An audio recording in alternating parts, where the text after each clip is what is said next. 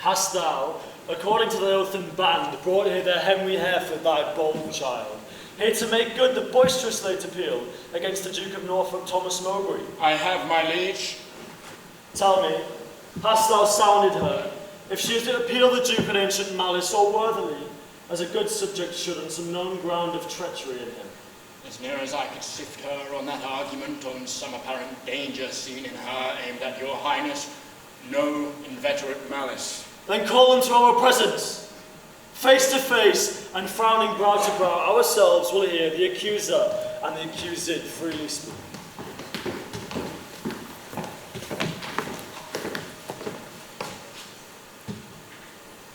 Many years of happy days before my gracious sovereign, my most loving liege. Each day still better, others' happiness, until the heavens, envying earth's good hap, add an immortal title to your crown. We thank you both. Yet one but flatters us, as well appeareth by the cause you come, namely to appeal each other of high treason. Cousin of Hereford, what sayest thou against the Duke of Norfolk, Thomas Mowbray? First heaven be the record to my speech. Tendering the precious safety of my prince, come I appeal into his princely presence. Now, Thomas Mowbray, do I turn to thee, and mark my greeting well, for what I speak, my body shall make good upon this earth, and my divine soul answer it in heaven. Thou art a traitor, and a miscreant, too good to be so and too bad to live. Once more, the more to aggravate the note with a foul traitor's name stuck by thy throat. And wish, so please, my sovereign, ere I move, what my tongue speaks, my right drawn sword may prove. Let not my cold words here accuse my zeal. The blood is hot that must be cooled for this. First, the fair reverence of your highness curbs me from giving spurs and reins to my free speech, which else would post until I return these terms of treason double down her throat. Setting aside her high blood royalty, I do defy her, spit at her, call her a slanderous coward, and Hail, trembling coward, there I throw my gage. If guilty dread have left thee so much strength as to take up mine honest pawn, then stoop. I take it up! And by that same sword I swear which gently laid my knighthood on my shoulder, I will answer thee in any fair degree or chivalrous design of knightly trial. And when I mount, alive may I not light, if I be traitor or unjustly fight. What doth our cousin lay to Mowbray's charge? Look what I speak, my life shall prove it true. That all these treasons, these 18 years complotted and contrived in this land, fetched from false Mowbray, their first headed spring. Further I say, and further will maintain that he did plot the Duke of Gloucester's death, sluiced out his innocent soul through streams of blood, and by the glorious worth of my descent, this arm shall do it, or this life be spent. Thomas of Norfolk, what sayst thou to this? Oh, let my sovereign turn away his face and bid his ears a little while be deaf, till I have told this slander of his blood, how God and good men hate so foul a liar! Mowbray, impartial are our eyes and ears. Were she my brother, nay, my kingdom's heir, as she is but my father's brother's child? Now, by my sacred sceptre I make a vow, such neighbour nearness to our sacred blood shall nothing privilege her, nor partialize the unstooping firmness of my upright soul. She is our subject, Mowbray. So art thou. Free speech and fearless I to thee allow. Then, Bolingbroke, as low as to the heart through the false passage of thy throat, thou liest! Now swallow down that lie. For Gloucester's death, I slew him not, but to my own disgrace neglected my sworn duty. In that case, now interchangeably her lie down my gage upon this overweening traitor's foot, to prove myself a loyal gentleman, even in the best blood chambered in her bosom. Wrath-kindled gentlemen, be ruled by me. Let's purge this collar without letting blood. This we prescribe, though no physician, deep malice makes too deep incision. Forget, forgive, conclude, and be agreed. Our doctors say this is no month to bleed. Good uncle, let this end where it begun. We'll calm the Duke of Norfolk, you your son. To be a makepeace shall become my age. Throw down, my child, the Duke of Norfolk's gage. And Norfolk, throw down his. When, Harry, when? Obedience bids I should not bid again. Throw down we bid, there is no boot. Myself I throw, dread sovereign, at thy foot. My life thou shalt command, but not my shame. I'm disgraced impeached, and baffled here. Pierced to the soul with slander's venomous spear which no balm can cure, but her heart blood which breathed this poison. Rage must be withstood. Give me his gage, lions make leopard's tail. Yea, but not change of spots. Take but my shame, and I resign my gage.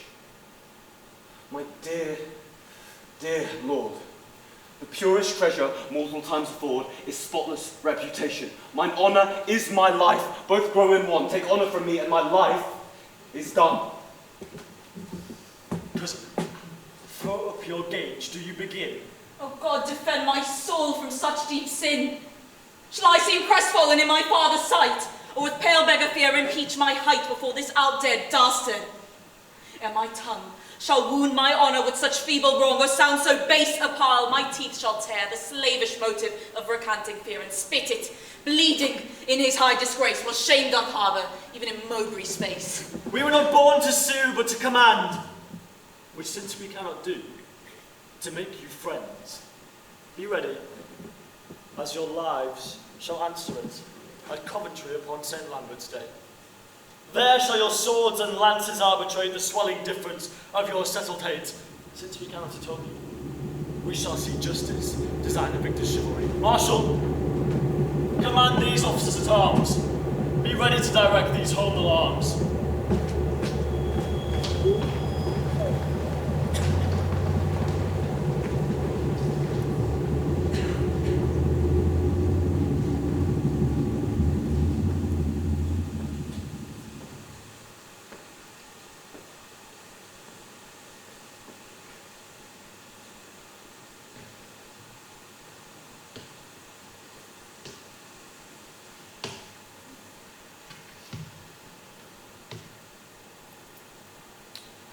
Alas, the part I had in Woodstock's blood doth solicit me more than your exclaims to stir against the butchers of his life. But since correction lieth in those hands which made the fault which we cannot correct, put we our quarrel to the will of heaven, who when they see the hours ripe on earth will rain hot vengeance on offenders' heads. Finds brotherhood in thee no sharper spur? Hath love in thy old blood no living fire? Edward's 7 sons, whereof thyself art one, were 7 vials of one sacred blood, or 7 fair branches springing from one root. Some of those 7 are dried by nature's paws, some of those branches by the destinies cut. But Thomas, my dear lord, my life, my Gloucester, 1 vial of Edward's sacred blood, 1 flourishing branch of his most royal root is corrupt. And all the precious liquor spilt is hacked down, and his summer leaves all faded by envy's hand and murderous bloody axe. Oh, God! His blood was thine. That body, that womb, that metal, that self-mould that fashioned thee made him a man. And though thou livest and breathest, yet art thou slain in him. Thou dost consent in some large measure to thy father's death, in that thou seest thy wretched brother die, who was the model of thy father's life. Call it not patience, God. It is despair.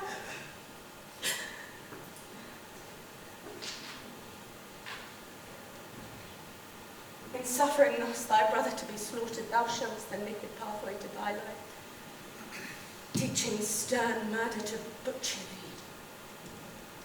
What shall I say? To safeguard thine own life, the best way is to avenge my Gloucester's death. God's is the quarrel. For God's substitute, his deputy anointed in his sight, hath caused his wrong, which if wrongfully, let heaven revenge, for I shall never lift an angry arm against his minister. Where then, alas, may I complain myself? To God, the widow's champion and defence. Why then I will. Farewell, old Gaunt.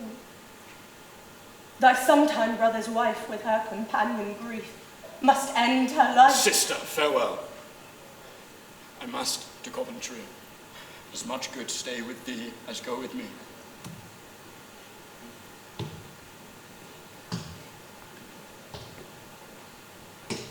Yet one word more. Grief boundeth where it falls, not with empty hollowness, but weight. But take my leave before I have begun, for sorrow ends not when it seemeth done. Desolate, desolate will I hence and die.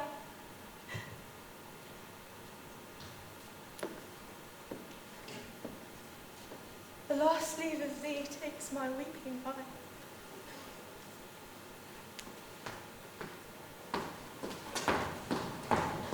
My Lord Aumerle, is Harry Hereford armed?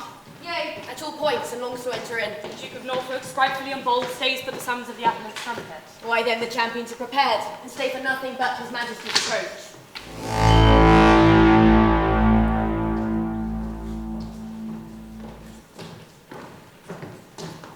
Marshal, demand of yonder champion the cause of his arrival here in arms.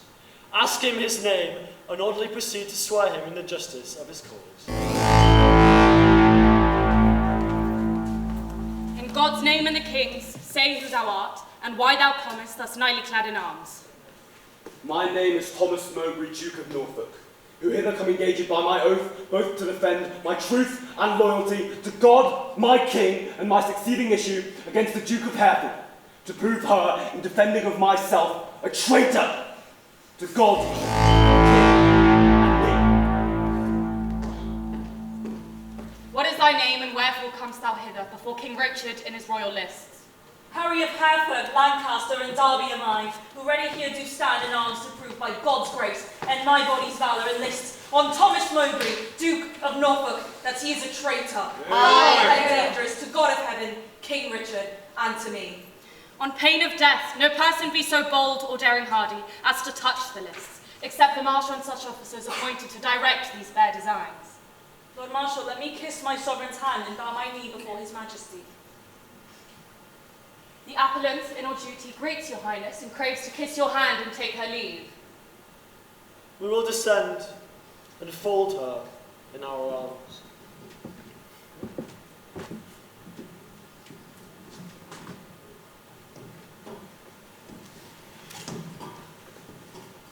Cousin of Hereford, as thy cause is right, so be thy fortune in this royal fight. Farewell, my blood, which if today thou shed, lament we may, but not revenge thee dead. Let no noble eye profane a tear for me if I be gored by Mowbray's spear. As confident as is the falcon's flight against a bird do I with Mowbray fight. My loving lord, I take my leave of you. Of you, my noble cousin Lord Aumerle, not sick, although I have to do with death, but lusty, young, and cheerly drawing breath. Rouse up thy youthful blood, be valiant and live. Mine innocence and St. George to thrive. However God or fortune cast my lot, there lives or dies, true to King Richard's throne, a loyal, just, and upright gentleman. Fine. As gentle and as jocund as the jest, go I to fight. Truth hath a quiet breast. Farewell, my lord, securely eyes by virtue with valour, couched in thine eye. Order the trial, Marshal, and begin. Harry of Hereford, Lancaster, and Derby, receive thy lance and God defend the right. Strong as a tower, in hope I cry, Amen. I bear this lance to Thomas, Duke of Norfolk. Sound trumpets and set forward, combatants.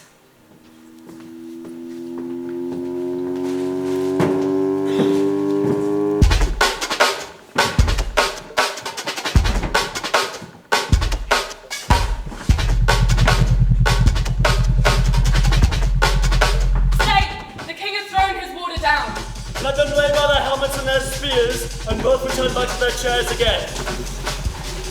Withdraw with us. Another trumpet sound when we return these dukes home to the Queen.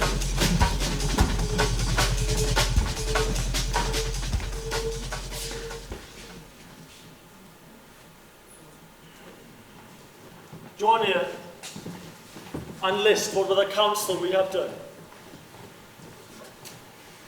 For that our kingdom's earth should not be soiled with that dear blood which it hath fostered, and for our eyes do hate the dire aspect of civil wounds ploughed up with neighbour's sword. Therefore we banish you our territories, you, cousin Hereford, upon pain of life, till twice 5 summers have enriched our fields shall not regreet our fair dominions, but tread the stranger paths of banishment. Your will be done. This must my comfort be. That sun that warms you here shall shine on me, and those his golden beams to you here lent shall point on me and gild my banishment. Norfolk, for thee remains a heavier doom, which I with some unwillingness pronounce. The sly, slow hours shall not determinate the dateless limit of thy dear exile. The hopeless word of never to return, breathe I against thee upon pain of life. A heavy sentence, my most sovereign liege. And all unlooked for from your highness's mouth. A dearer merit, not so deep a may, must be cast forth in the common air, if I deserve it at your highness's hands. The language I've learned these 40 years, my native English, now I must forego. And now my tongue's used to me is no more than an unstringed viol or a harp. Within my mouth you've enjailed my tongue, doubly portcullis with my teeth and lips, and dull, unfeeling, barren ignorance is made my jailer to attend on thee. What is thy sentence then? But speechless death, which robs my tongue from breathing native breath. It boots thee not to be compassionate. After our sentence, plaining comes too late. Then thus I turn me from my country's light, to dwell in solemn shades of endless night. Return again, and take an oath with thee. Lay on our royal sword your banished hands.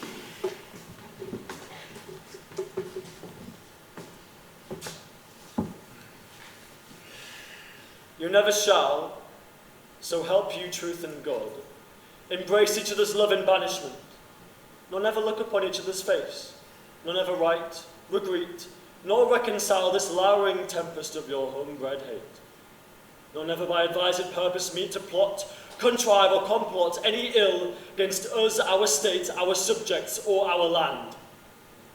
I swear. And I, to keep all this. Norfolk, so far as to mine enemy. By this time had the king permitted us, one of our souls had wandered in the air, banished, the pale sepulchre of our flesh, as now our flesh is banished from this land. Confess thy treason ere thou fly the run. Since thou hast far to go, bear not along the clogging burden of a guilty soul. No, Bolingbroke. If ever I were a traitor, my name be blotted from the book of life, and I from heaven as from hence. But what thou art, God, thou, and I do know, and all too soon I fear the king shall rue. Farewell, my liege. Now no way can I stray, save back to England, all the world's my way. Uncle, even in the glasses of thine eyes I see thy grieved heart, thy sad aspect. Hath from the number of her banished years plucked 4 away, 6 frozen winters spent, return with welcome home from banishment.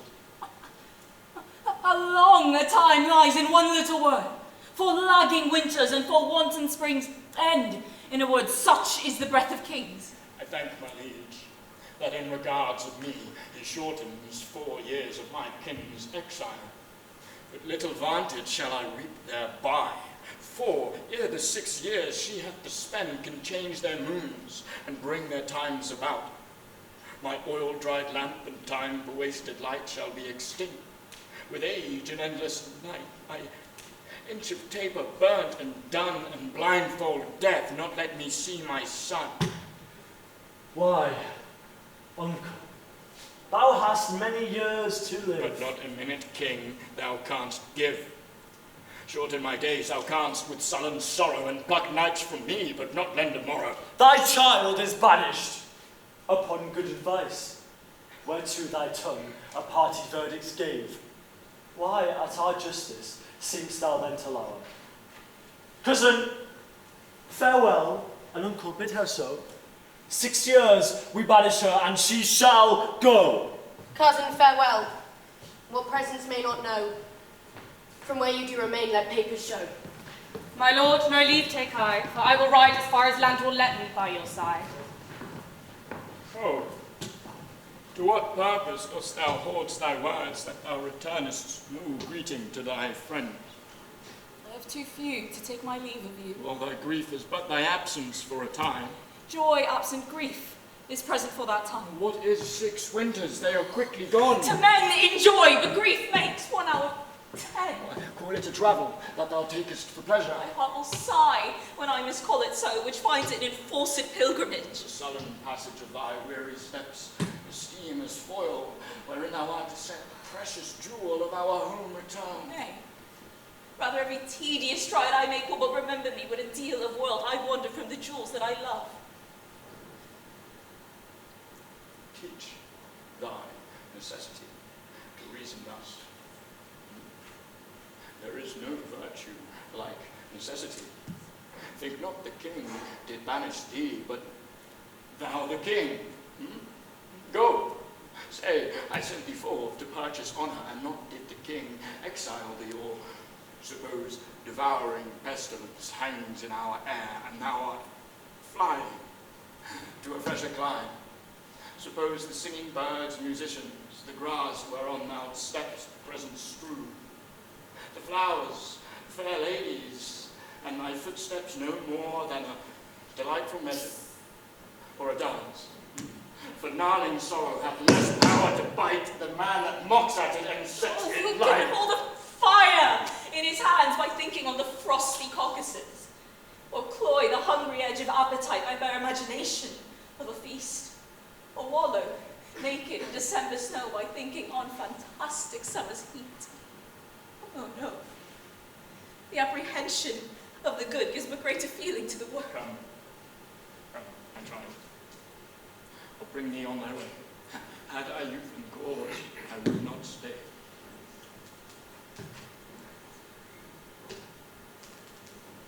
Then, England's ground, farewell. Sweet soil, adieu. My mother and my nurse that bears me yet. Wherever I wander, boast of this I can. Though banished, yet a true-born Englishman.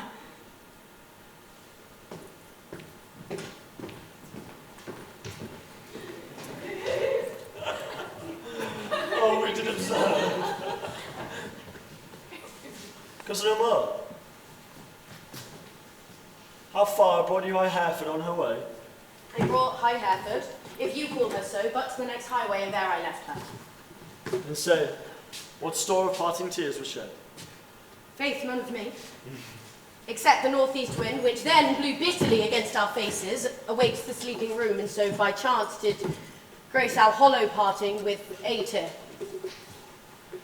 What said our cousin when you parted with her? Farewell. Marry, would the word farewell have lengthened hours and added years to her short banishment, she would have had a volume of farewells. But since it would not, she had none of me. She is our cousin. Cousin, but 'tis doubt. When time shall call her home from banishment, whether our kinsmen come to see her friends. Ourself and Bushy, Bagot here, and Green, observed her courtship to the common people, how she did seem to dive into their hearts with humble and familiar courtesy. What reverence she did throw away on slaves. Off goes her bonnet to an oyster wench. A brace of draymen bid God speed her well, and had the tribute of her supple knee. Thanks, my countrymen, my loving friends, as were our England in reversion hers, and she our subjects next degree in hope. Well, she is gone, and with her go these thoughts. Now, for the rebels that stand out in Ireland, expedient manage must be made, my liege, and further leisure yield them further means, for their advantage and your highness's loss. We will ourselves in person to these wars. And for our coffers are grown somewhat light, we are enforced to farm the royal realm, the revenue whereof shall furnish us for our affairs in hand. If that comes short, our substitutes at home shall have blank charters, whereto, when they shall know what men are rich, they shall subscribe them for large sums of gold, and send them after to supply our wants. For we will make for Ireland presently. Bushy, what news? Oh, John of Gaunt is grievous sick, my lord, suddenly taken, and has sent post-haste to entreat your majesty to visit him. Where lies he? At Ely House. Now put it God in the physician's mind to help him to his grave immediately. The lining of his coffers shall make coats to deck our soldiers for these Irish wars. Come, gentlemen, let's all go visit him. Pray God we may make haste and come too late. Amen. Amen.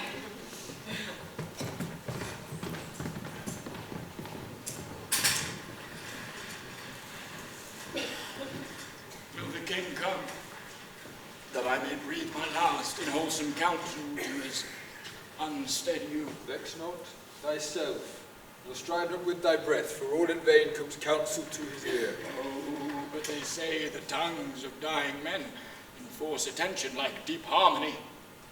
More are men's ends marked than their lives before.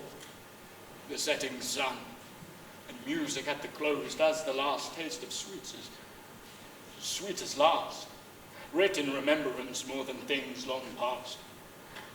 Though rich in my life's counsel would not hear my death's sad tale may yet undeaf his ear. Oh, it is stopped with other flattering sounds, lascivious metres to whose venom sound the open ear of youth doth always listen. Report of fashions in proud Italy, whose manners still our tardy apish nation limp after in base imitation. Where doth the world thrust forth a vanity, so it be new, there is no respect how vile that is not buzzed into his ears. Direct not him whose way himself would choose. 'Tis breath thou lack'st, and that breath wilt thou lose. Methinks I am a prophet. Prophet, you inspired, and thus expiring, do foretell of him. His rash, fierce blaze of riot cannot last, for violent fires soon burn out themselves. Sudden storms are short, but small showers last long. Light, vanity, insatiate cormorant consuming mean soon preys upon itself. This royal throne of kings, this sceptred isle, this earth of majesty, this seat of Mars, this other Eden, demi-paradise, this fortress built by nature for herself against infection and the hand of war, this happy breed of men, this little world, this precious stone set in the silver sea, which serves it in the office of a wall, or as a moat, defensive to a house against the envy of less happy lands. This blessed plot, this earth, this realm, this England, this land of such dear souls, this dear, dear land, dear for her reputation through the world, is now leased out. I die pronouncing it like to a tenement or belting farm. England, bound in with the triumphant sea, whose rocky shore beats back the envious siege of watery Neptune, is now bound in with shame, with inky blots and rotten parchment bonds. That England that was wont to conquer others hath made a shameful conquest of itself. Would the scandal vanish with my life, how happy then were my ensuing death. The king is come. Deal mildly with his youth, the young hot coats, being raged, do rage the more. How fares our noble uncle Lancaster? What comfort, man? How is with aged Gaunt? Oh, how that name befits my composition. Old Gaunt indeed, and Gaunt in being old. Within me grief I've kept a tedious fast, and who abstains from meat that is not gaunt? For sleeping England long time have I watched, Watching breeds leanness. Leanness is all good. The pleasure that some fathers feed upon is my strict fast. I mean my children's looks. Gaunt am I for the grave. Gaunt as a grave, whose hollow womb inherits naught but bones. Can sick men play so nicely with their names? Since thou dost seek to kill my name in me, I mock my name, great king, to flatter thee. Should dying men flatter with those that live? No, men living flatter those that die. Thou, now a dying, say'st thou flatterest me? No, no, thou diest, though I the sicker be. I am in health. I breathe, and see thee ill. Now he that made me knows I see thee ill. Ill in myself to see, and in thee seeing ill. Thy deathbed is no lesser than thy land, wherein thou liest in reputation sick. And thou, too careless patient as thou art, commits thy anointed body to the cure of those physicians that first wounded thee. 1,000 flatterers sit within thy crown, whose compass is no bigger than thy head, and yet encage it in so small a word. The waste is no whit lesser than thy land. Oh, had thy grandsire with the prophet's eye seen how his son's son should destroy his sons! From forth thy reach he would have laid thy shame, deposing thee before thou wert possessed. Why, cousin, wert thou regent of the world, it were a shame to let this land by lease. Landlord of England art thou now, not king. Thy state of law is born slave to the law, and thou... Lunatic, lean-witted fool! Presuming on an Enyu's privilege, darest with thy frozen admonition make pale our cheek, chasing with fury the royal blood from his native residence. Wert thou not brother to great Edward's son, this tongue that runs so roundly in thy head should run thy head from thy reverend shoulders? Oh, spare me not, my brother Edward's son! For that I was his father Edward's son. That blood already like the Bagot hast thou drunk out and caroused. My brother Gloucester, plain, well-meaning soul may be a precedent to witness good that thou respect not spilling Edward's blood. Join with the present sickness that I have, and thy unkindness be like crooked age to crop at once a too long withered flower. Live with thy shame, but die not shame with thee. These words hereafter thy tormentors be. Convey me to my bed, then to my grave. Love they to live that love and honour have, and let them die that age and sullens have. For both hast thou, and both become the grave. I do beseech your majesty, impute his words to wayward sickliness and age in him. He loves you, on my life, and holds you dear as Harry, Duke of Hereford, were she here. Right. You say true. As Hereford's love, so his, as theirs, so mine, and all be as it is. My liege, old Gaunt commends him to your majesty. What says he? Nay, nothing. All is said. His tongue is now a stringless instrument.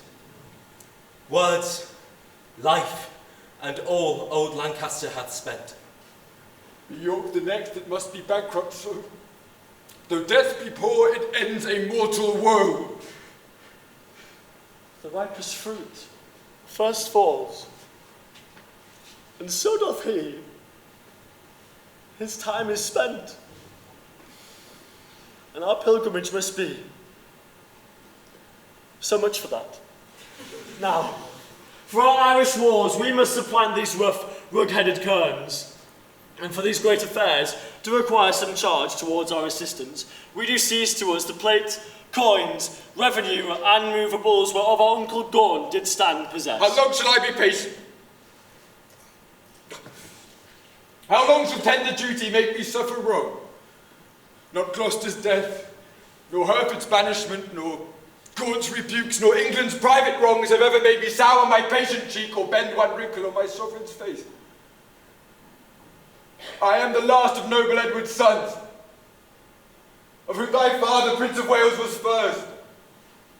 His noble hand did win what he did spend, and spent not that which his triumphant father's hand had won.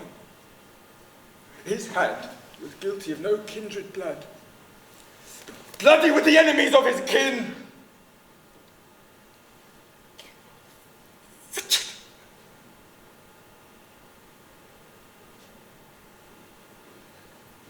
York is too far gone with grief, else he would not compare between.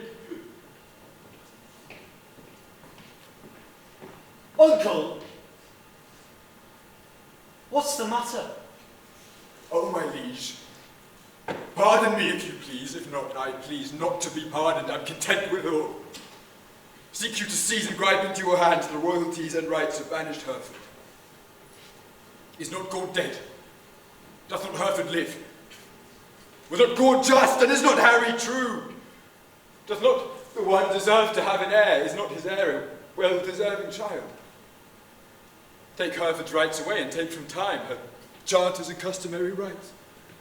Let not tomorrow then ensue today. Be not thyself, for how art thou a king but by fair sequence and succession? Now, afore God, God forbid I say true, if you do wrongfully seize Hereford's rights, you pluck 1,000 dangers on your head. You lose 1,000 well-disposed hearts, and prick my tender patience to those thoughts which honour and allegiance cannot think. Think what you will. We do seize into our hands her plates, her goods, her money, and her lands. I'll not be by the while. My liege, farewell. What will ensue hereof, there's none can tell. Tomorrow next we will for Ireland, and 'tis time, I trow. And in our absence we do create our Uncle York Lord Governor of England, for he is just, and always loved as well. Come, my queen. Tomorrow must we part. Be merry, for our time of stay is short.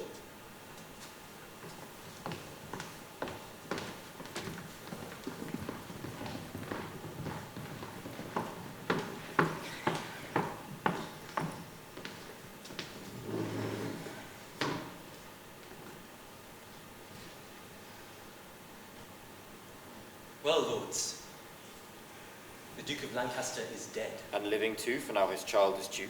Barely in title, not in revenue. Richly in both if justice had her right. Thy heart is great, but it must break with silence. Nay, speak thy mind. Tens if thou wouldst speak to the Duke of Hereford. If it be so, out with it boldly, man. Quick is mine ear to hear of good towards her. No good at all that I can do for her, unless you call it good to pity her, bereft and gelded of her patrimony. Now, before God, 'tis shame that such wrongs are born in him. A royal prince, and many more of noble blood in this declining land.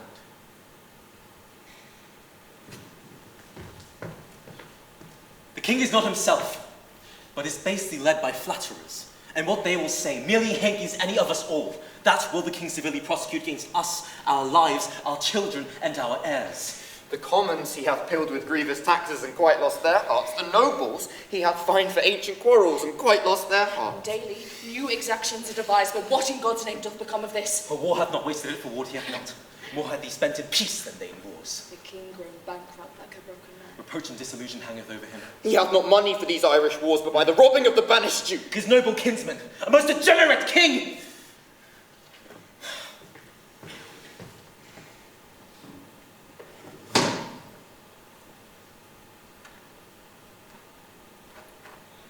But, lords, we hear this fearful tempest sing, yet seek to make no shelter from the storm. We see the very rack that we must suffer, and unavoided is the danger now for suffering, so the cause of our rack. Not so. Even through the hollow eyes of death I spy life peereth. Yet I dare not say how near the tidings of our comfort is. Nay, let us share thy thoughts as thou dost ours. Be confident to speak, Northumberland. We three are but thyself, and in speaking thy words are but as thoughts. Therefore be bold.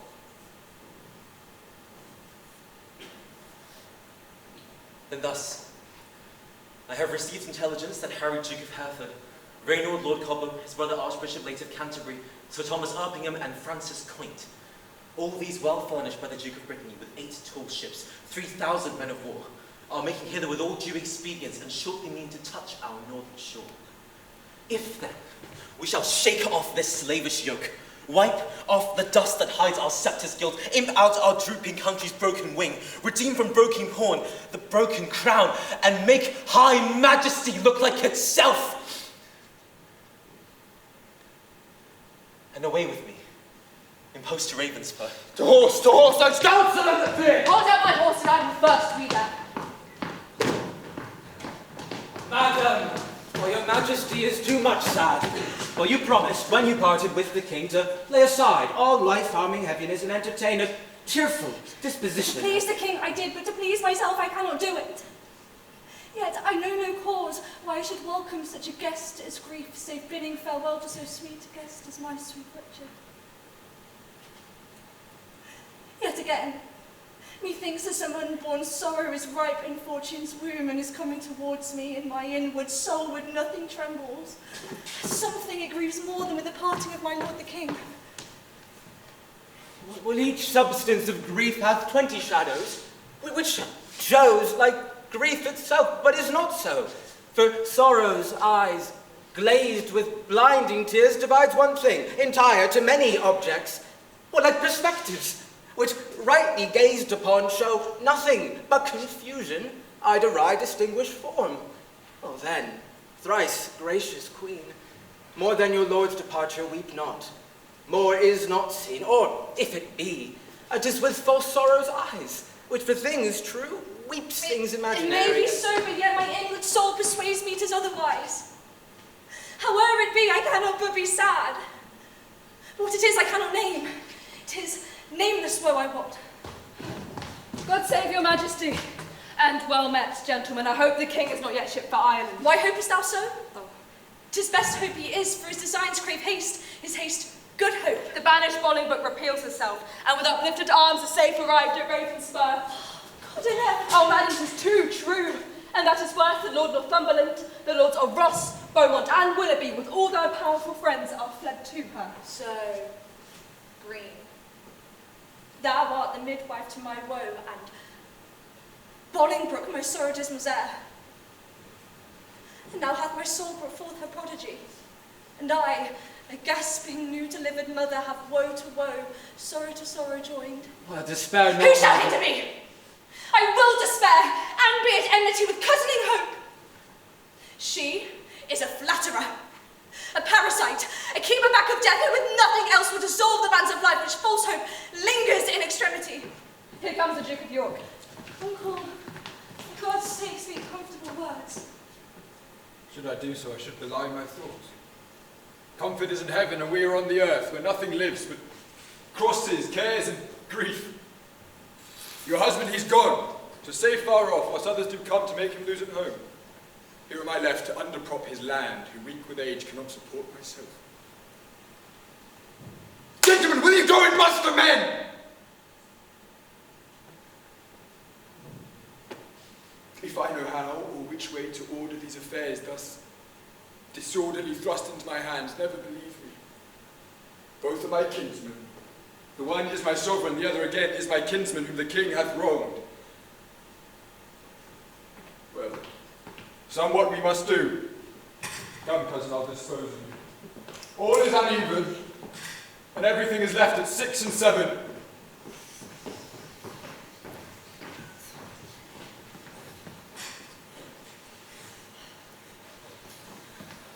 For us to levy power proportionable to the enemy is all impossible. Besides, our nearness to the king and love is near the hate of those love not the king. And that is the wavering commons. For their love lies in their purses, and whoso empties them by so much fills their heart with deadly hate. And where the king stands generally condemned, If judgment lie in them, then so do we, because we ever have been near the king. Well, I will for refuge straight to Bristol Castle.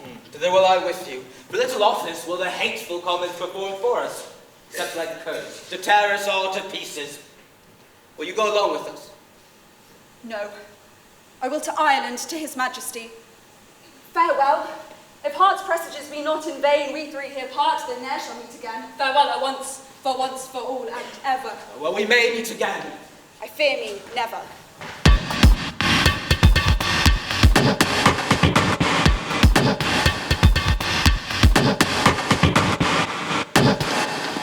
How far is it, my lord, to Berkeley now? Believe me, noble lord, I am a stranger here in Gloucestershire. These high, wild hills and rough, uneven ways draw out our mouths and make them wearisome. And yet your discourse hath been as sugar, making the hard way sweet and delectable. Of much less value is my company than your good words. But who comes here?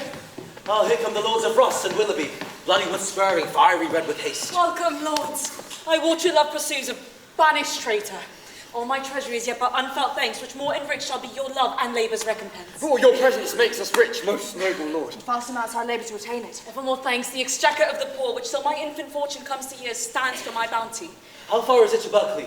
And what stir keeps good old York there with his men of war? Oh, there stands a castle by yon tuft of trees, manned by 300 men, as I have heard, and in it are the lords of York, Berkeley, and Seymour. None else of name, or noblest. But who comes here? My noble uncle. Show me thy humble heart and not thy knee, whose duty is deceivable and false. My gracious uncle. Tut, tut! Grace me no grace, no uncle me no uncle. I am no traitor's uncle, and that word, grace, in an ungracious mouth is but profane. Why have those banished and forbidden legs dared once to touch the dust of England's ground? But then more why have they dared to march so many miles upon a peaceful bosom, fighting a pale-faced villagers with war and ostentation of despised arms? Comest thou because the anointed king is hence? Foolish girl, the king is left behind, and in my loyal bosom lies his power. My gracious uncle, let me know my fault. On what condition stands it, and wherein? Condition of the worst degree. In gross rebellion and detested treason, thou art a banished man, and here art come, before the expiration of thy time, in braving arms against thy sovereign. As I was banished, Hereford. But as I come for Lancaster. And noble uncle, I beseech your grace, look on my wrongs with an indifferent eye. You are my father. But methinks in you I see old Gaunt alive. Oh then, my father, will you permit that I shall stand condemned, a wandering vagabond, my rights and royalties plucked from my arms perforce and given away to upstart Uthridge? Wherefore was I born? If that my cousin king be king in England, it must be granted I am Duke of Lancaster. You have a son, Aumerle, my noble cousin. Had you first died and he been thus trod down, he should have found his uncle Gaunt a father to rouse his wrongs and chase them to the bay. I am denied to sue my livery here, and yet my letters patents give me leave. My father's goods are all distrained and sold. What would you have me do? I'm a subject, and I challenge the law. Attorneys are denied me, and therefore personally, I lay my claim to my inheritance of free descent. The noble duke hath been too much abused. It stands your grace upon to do her right. My lords of England, let me tell you this. I have had feeling of my cousin's wrongs, and laboured all I could to do her right, but in this kind to come, in braving arms, be her own carver, to cut out what? Right with wrong, it may not be. And you, that do cherish her and abet her in this kind, you cherish rebellion and are rebels all. The noble duke hath sworn her coming here is but for her own. And for the right of that we have all strongly sworn to give her aid, and to never let her see joy that breaks that oath. Well, I see the issue of these arms. I cannot mend it, I must needs confess, because my power is weak and all ill left. But if I could, I would attach you all and make you stoop unto the sovereign mercy of the king. But since I cannot, be it known unto you, I do remain as neuter. So fare you well.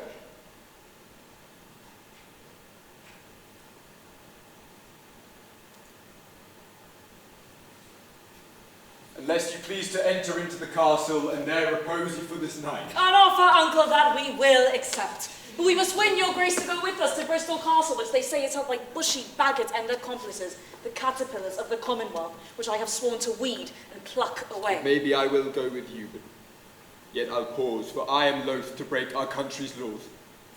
Nor friends nor foes to me welcome you are. Things past redress are with me past care.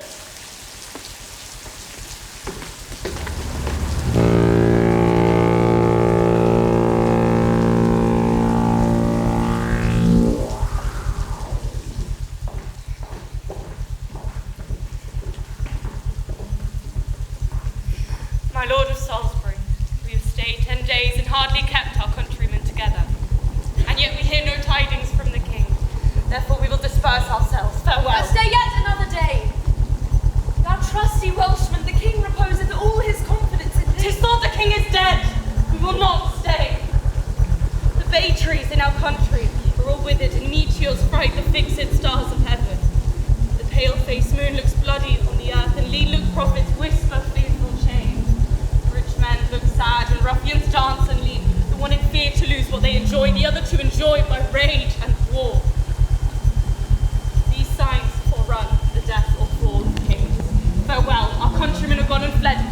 Swear the short roach of their king is dead. Oh, Richard! With the eyes of heavy mind, I see thy glory like a shooting star fall to the base earth from the firmament. Thy sun sets weeping in the lowly west, witnessing storms to come, woe and unrest, and thy friends are fled to wait upon thy foes. And crossly to thy good all fortune goes.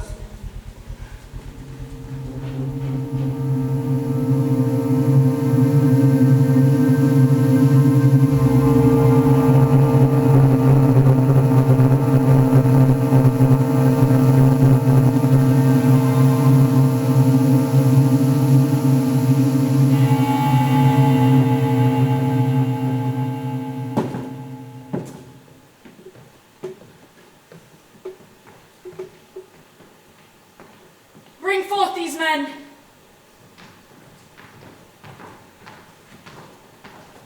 Bushy and Green, I will not vex your souls, since presently your souls must part your bodies, with too much urging your pernicious lives, which were no charity. Yet to wash your blood from off my hands here in the view of men, I will unfold some causes of your deaths. You have misled a prince, a royal king. You have in manner with your sinful hours made divorce betwixt his queen and him, broke the possession of a royal bed, and stained the beauty of a fair queen's cheeks with tears drawn from her eyes by your foul wrongs.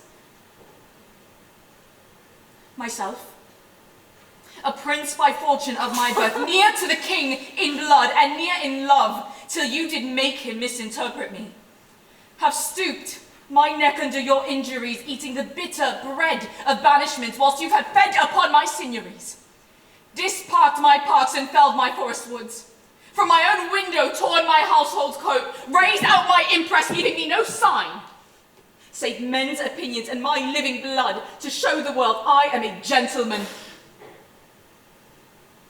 This and much more than twice all this condemns you to the death.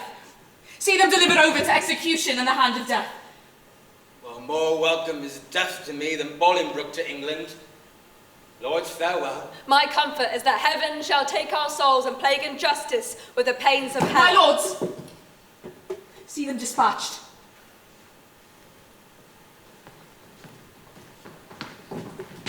Uncle, you say the queen is at your house. For God's sake, fairly let her be entreated. Tell her I send my kind commends, take special care my greetings be delivered. A gentleman of mine I have dispatched with letters of your love to her at large. Thanks, gentle uncle. Come on. Away. A while to work, and after, holiday.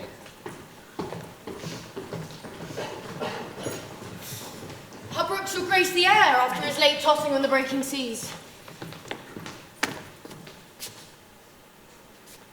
Needs must I like it well. I weep for joy to stand upon my kingdom once again. Dear earth, I do salute thee with my hand. The rebels wound thee with their horses' hooves. As a long-parted mother with her child plays with her tears and smiles in meeting, so weeping, smiling, greet I thee, my earth, and do thee favours with my royal hands.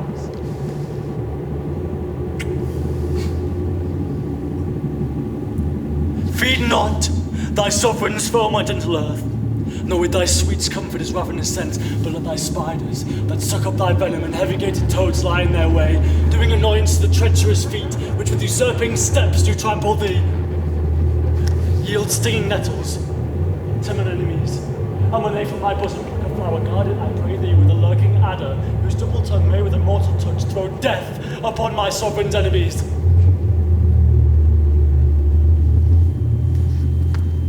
Mock not, my senseless conjuration lords. This earth shall have a feeling, and these stones prove armoured soldiers, ere her native king shall falter under foul rebellion's arms. Fear not, my lord. The power that made you king had the power to keep you king in spite of all. He means, my good lord, that we are too remiss. While Bolingbroke, through our security, grows strong and great in power and in substance. Discomfortable cousin, knowst thou not that when the searching eye of heaven is hid behind the globe that lights the lower world, then thieves and robbers range abroad unseen in murders and in outrage boldly here. But when, from under this terrestrial ball, he fires the proud tops of the eastern pines and darts his light through every guilty hole, then murders, treasons, and detested sins, the cloak of night being plucked from off their back, shall stand bare and naked, trembling at themselves. So, when this thief, this traitor Bolingbroke, who all this while hath revelled in the night, shall see us rising in our throne, the east, her treasons will sit blushing in her face, unable to endure the sight of day, but self-affrighted, tremble at her sin.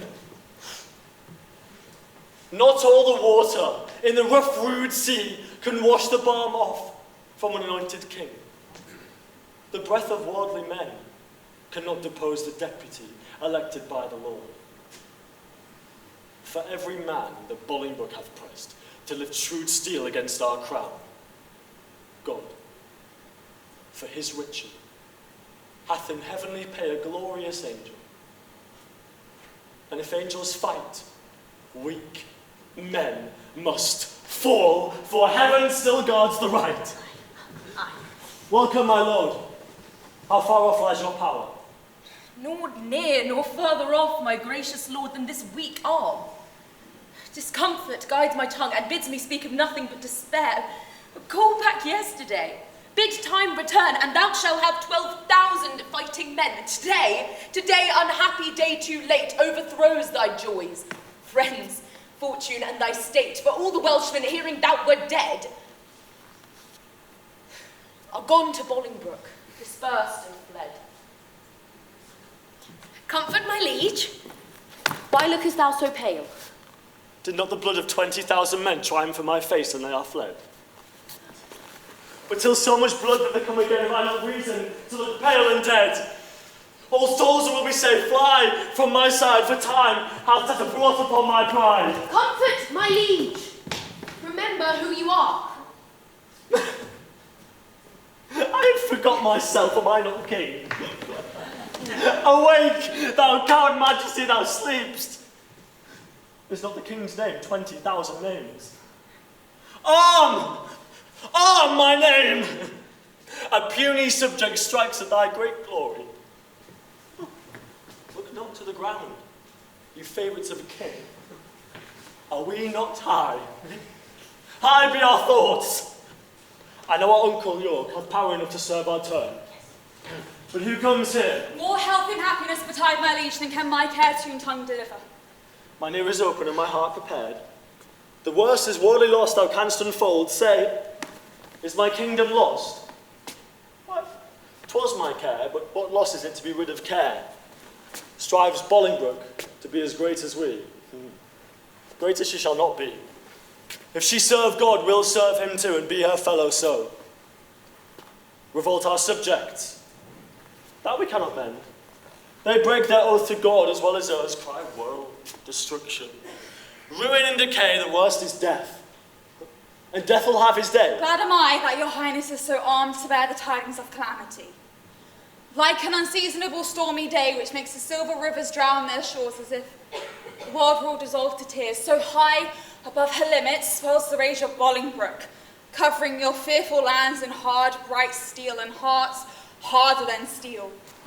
White beards, have armed their thin and hairless scalps against thy majesty, and boys with women's voices strive to speak big and clap their female joints in stiff, unwieldy arms against thy crown.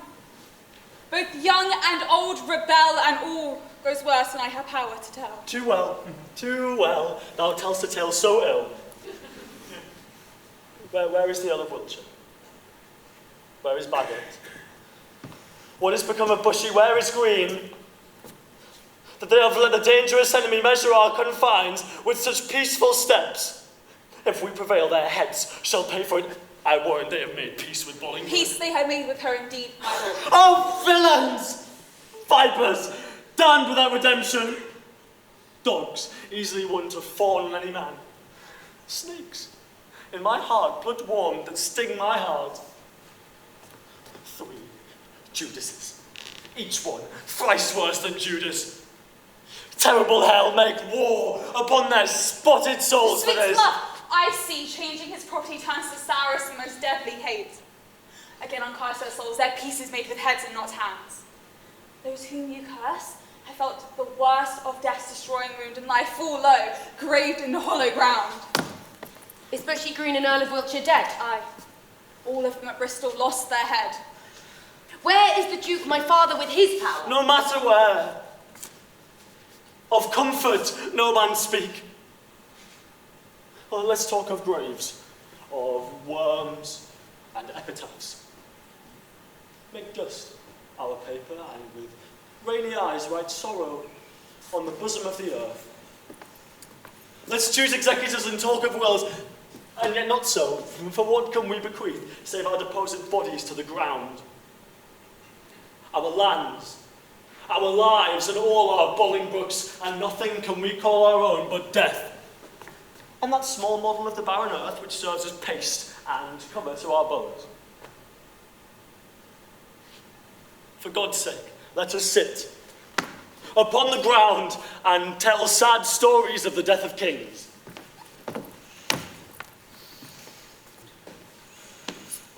How some have been deposed, some slain in war, some haunted by the ghosts they have deposed, some poisoned by their wives, some sleeping killed, all murdered.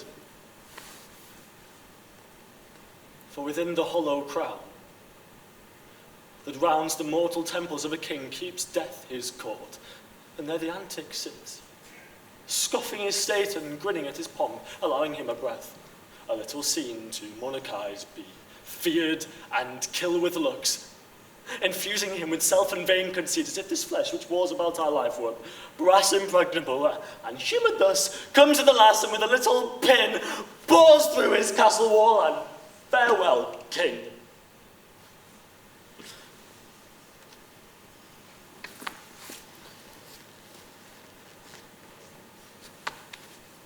Cover your heads and mock not, flesh and blood with solemn reverence. Throw away respect, tradition, form, and ceremonious duty. For you have but mistook me all this while. I live with bread, like you. Feel want, taste grief, need friends. Subjected thus, how can you say to me, I am a king? My lord, wise men ne'er sit and wail their woes, but presently prevent the ways to wail. To fear the voice and fear, put the strength, fear and be slain. No more can come to fight. And fight and die is death-destroying death, where fearing dying pays death's a vile breath. Where is the Duke, my father? Inquire of him, and learn to make a body of a limb. Oh, that chides me well.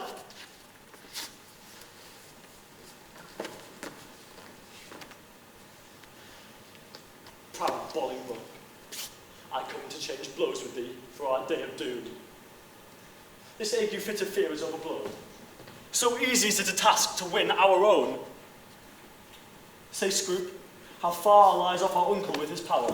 Speak, sweetly, man, though thy looks be sour. I play the torturer small and small to lengthen out the worst that must be spoken. Your uncle York is joined with Bolingbroke, and all your northern castles yielded up, and all your southern men in arms upon his party. That was said enough! Beshrew thee, cousin, that didst lead me forth of that sweet way I was in to despair. What say you now?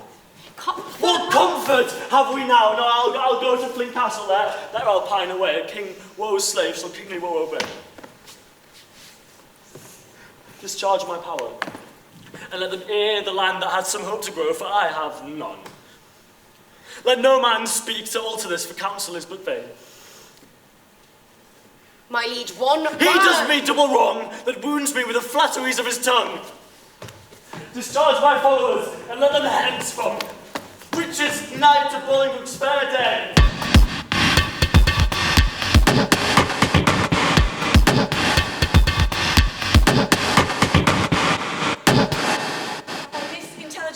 The Welshmen are dispersed and Salisbury's gone to meet the king. Well, the news is very fair and good, my lord. Richard, not far from hence, hath hid his head. It would beseem the Lord Northumberland to say King Richard.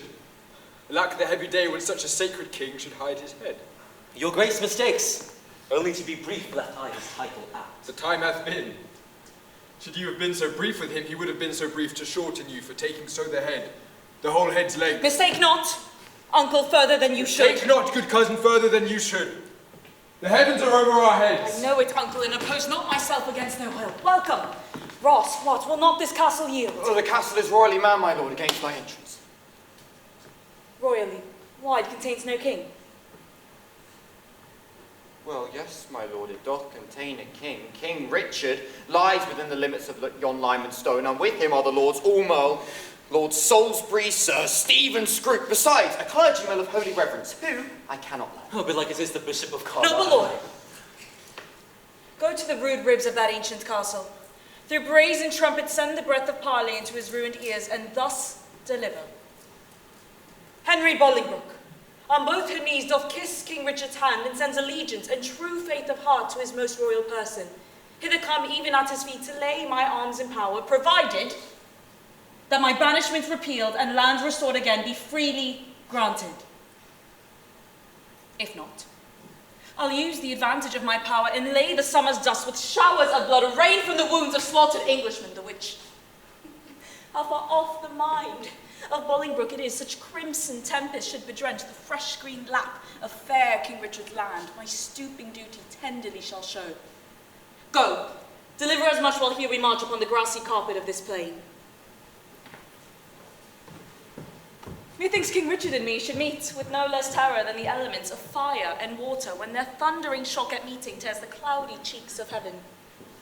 Be he the fire, I'll be the yielding water. The rage be his whilst on the earth I reign. Henry. My waters, on the earth and not on him.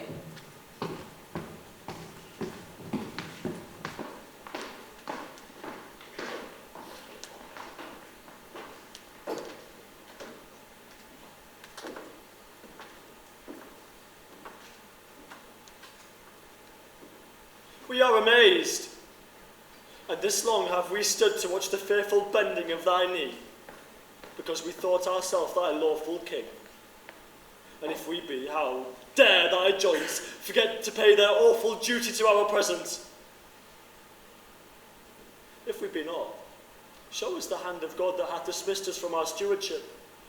For well we know no hand of blood and bone can gripe the sacred handle of our sceptre unless he do profane, steal or usurp. Tell Bolingbroke, for yon methinks she stands, that every stride she makes upon my land is dangerous treason. The king in heaven forbid our lord the king should so with civil and uncivil arms be rushed upon.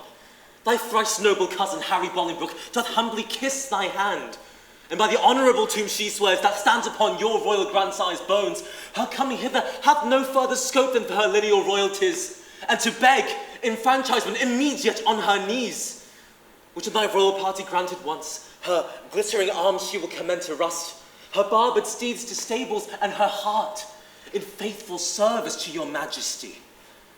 This swears she, for she is a prince and is just, and as I am a gentleman, I credit her. Northumberland, say thus the king returns, Her noble cousin is right welcome hither, and all the number of her fair demands shall be accomplished without contradiction.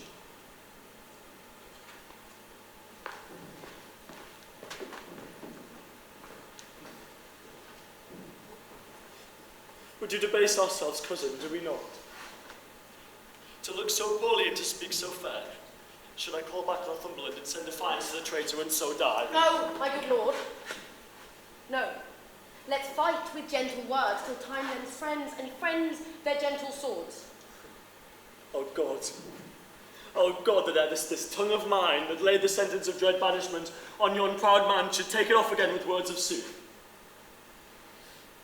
Oh, that I was as great as is my griefs, or lesser than my name. Oh, that I could forget what I have been and not remember what I must be now. Swell'st thou, proud heart? I'll give thee scope to beat, since foes have scope to beat both thee and me. Northumberland comes back from Bolingbroke. What must the king do now? Must he submit? The king shall do it. Must he be deposed? The king shall be contented. Must he lose the name of king? In God's name, let it go. I'll give my jewels for a set of beads, my gorgeous palace for a hermitage, my gay apparel for an almsman's gown, my figured goblets for a dish of wood, my sceptre for a palmer's walking staff, my subjects for a pair of carved censer, my large kingdom for a little grave, a little grave, an obscure grave. I'll be buried in the king's highway, some way of common trade, where subjects' feet may hourly trample on their sovereign's head. From my heart they tread now whilst I live, and one buried once, why not upon my head? Aumerle, thou weep'st, my tender-hearted cousin. Hey, we'll make foul weather with despised tears. Our souls and they shall lodge the summer corn and make a dearth in this revolting land.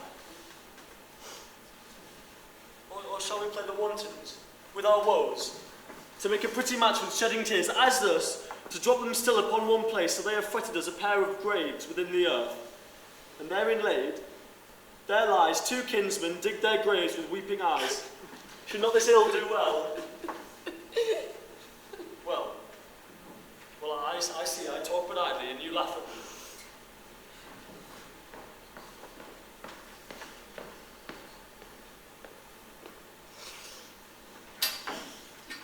My most mighty prince, Lord Northumberland, what says King Bolingbroke? Will she give Richard leave to live till Richard die? My lord, in the base court she doth attend to speak with you. May it please you to come down. Down, like glistening phaeton wanting the manage of unruly jades, in the base court, where kings come at traitors' calls and do them grace. In the base court.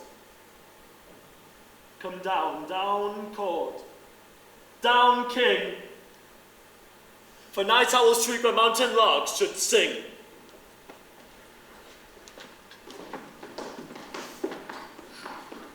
What says his majesty? For sorrow and grief of heart make him speak fondly like a frantic man. Yet he has come. Stand thou upon, show fair duty to his majesty. My gracious lord. Fair cousin, you do debase your princely need to make the base earth proud with kissing it. I'd rather my heart might feel your love than my unpleased eye see your courtesy. Up. Cousin, up! Oh, your heart is up, I know. Thus high, at least, although your knee be low. My gracious lord, I come but for mine own. Your own is yours, and I am yours, and all. So far be mine, my most redoubted lord, as my true service shall deserve your love. You will deserve. They well deserve and know the strongest and surest way to get. Uncle, give me your hand. Hey, dry your eyes.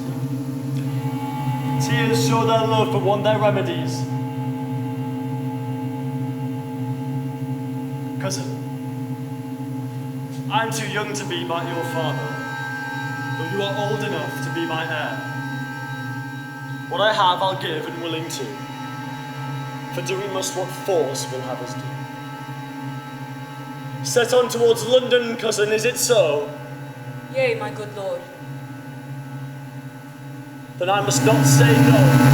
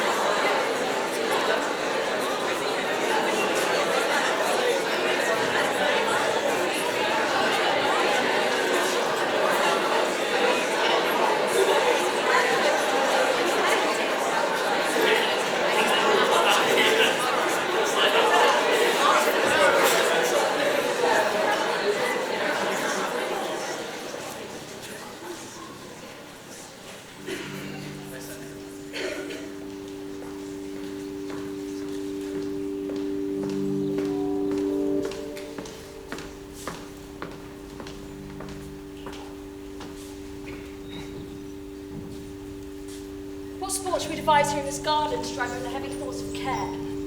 Madam, what they evolve? 'Twill make me think that the world is full of rubs and that my fortune runs against the bias. Madam will tell tales. Sorrow or of joy? Either, madam. Neither. Go. Madam, I'll sing. 'Tis well that thou hast cause, but thou would please me better, wouldst thou? And could we, madam, would weeping do you good? And I could sing, would weeping do me any good, and never share any tear of thee. Stay. Here come the gardeners. Let's step into the shadow of these trees. My erection is unto a row of pins, for they will talk of state. For everyone doth so against change. Woe is for Rome with woe. Go! Why now up young dangling apricots which, like unruly children, make their sires stoop with oppression of their prodigal weight? Give some supportance to the bending twigs. Go thou, and like an executioner, cut off the heads of too fast-growing sprays which look too lofty in our commonwealth. All must be even in our government.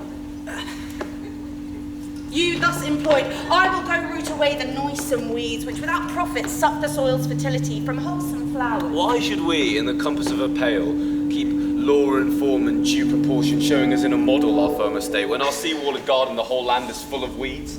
Her fairest flowers choked up, her fruit trees all unpruned, her hedges ruined, her knots disordered, her wholesome herbs swarming with caterpillars. Hold thy peace! He that hath suffered this disordered spring hath now been met with the fall of a leaf. The weeds which his broad-spreading leaves did shelter in eating him to hold him up are plucked up, root and all, by Bolingbroke. I mean the Earl of Wiltshire, Bushy, Green. What, are they dead? They are. Bolingbroke hath seized the wasteful king. What pity it is he had not so trimmed and dressed his land as we this garden. Superfluous branches we lop away that bearing boughs may live. Had he done so, himself had hold the crown, which waste of idle hours hath quite thrown down. What, think you the king shall be deposed? Depressed he is already, and deposed 'tis doubtful. Oh, impressed to death we want to speak, and how darest thy harsh, rude tongues sound so unpleasing news? Darest thou, thou little better thing than earth, to find his downfall? Say where, when, and why camest by these ill tidings? Speak, thou wretch! Pardon me, madam. Little joy have I to breathe this news, yet what I say is true. King Richard he is in the mighty hold of Bolingbroke. Their fortunes both are weighed. In your lord's scale is nothing but himself and some few vanities which make him light. But in the balance of great Bolingbroke, beside herself are all the English peers.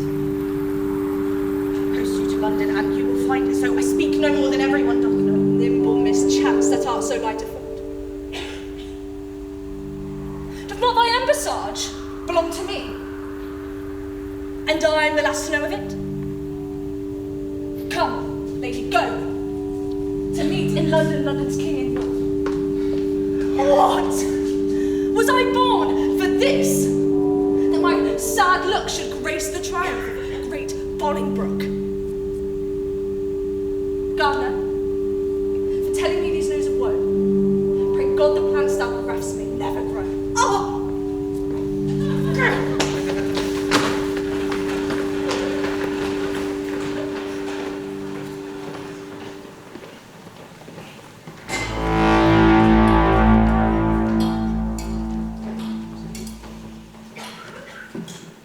Call forth, Bagot. Now, Bagot, freely speak thy mind. What thou dost know of noble Gloucester's death. Then set before my face the Lord Aumerle. Cousin, stand forth and look upon this man. My Lord Aumerle, I know your daring tongue scorns to unsay what once it hath delivered. In that dead time when Gloucester's death was plotted, I heard you say, "Is not my arm of length that reacheth from the restful English court as far as Calais to mine uncle's head?" Amongst much other talk that very time, I heard you say that you would rather refused the offer of 100,000 crowns and Bolingbroke's return to England, adding, withal, how blessed this land would be in this your cousin's death. Princes and noble lords, what answer shall I give to this base man? Shall I so much dishonour my fair stars on equal terms to give him chastisement? Well, either I must, or mine own honour be soiled by the attainder of his slanderous foul lies. There is my gauge. The manual seal of death that marks the out for hell. I say thou liest! Bagot, forbear, thou shalt not take it up. If that thy valour stands on sympathy, there is my gage, well, engage to thine. I heard thee say, and vauntingly thou spakest it, that thou wert cause of noble Gloucester's death. If thou deniest it 20 times, thou liest. Thou darest not, coward, live to see the day. Now by my soul, I would have won this hour. Oh, Willoughby, thou art damned to hell for this! Aumerle, thou liest. His honour is as true in this appeal as thou art all unjust. That being so, there I remind thee, to prove it to the extremest point of mortal breeding, seize it if thou darest. And if I do not, may my hand rub off! My Lord Willoughby, I do remember well the very time Aumerle and you did talk. Aye, 'Tis very true. You are in presence then, and you can witness with me this is true. as false. What? By God is true. Salisbury, thou liest. Dishonourable boy. That lie shall lie so heavy on my sword that it shall render vengeance and revenge till thou the lie giver and that lie do lie in the earth, as quiet as thy father's skull. In proof whereof there is my honour's pawn, endangered to trial if thou dare. How fondly dost thou spur a forward horse? If I dare eat or drink or breathe or live, I dare meet Salisbury in a wilderness and spit upon him, while I say he lies and lies and lies. And besides, I heard the banished Norfolk say that thou, Aumerle, did send 3 of thy men to execute the noble Duke at Calais. Some honest Christian trust me with a gauge! That Norfolk lies! And there I do throw down this, if he may be so repealed, to try his honour! These differences shall all rest under gauge till Norfolk be repealed. Repealed he shall be, and though mine enemy, restored again to all his lands and sinews. Once he is returned, against Aumerle we will enforce our trial. That honourable day shall never be seen. Many a time hath Mowbray fought for Jesu Christ in glorious Christian field, toiled with the works of war, retired himself to Venice, and there at Italy gave his body to that pleasant country's earth, and his pure soul unto his captain Christ, under whose colours he had fought so long. Why, Bishop, is Norfolk dead? As surely as I live, my lord. Sweet peace conduct his sweet soul to the bosom of good old Abraham. Lords, your differences shall all rest under gauge till we assign you to your days of trial. Great Duke of Lancaster, I come to thee from plume-plucked Richard, who with willing soul adopts thee heir, and his royal sceptre yields to the possession of thy royal hand. Ascend his throne, descending now from him, and long live Henry, fourth of that name.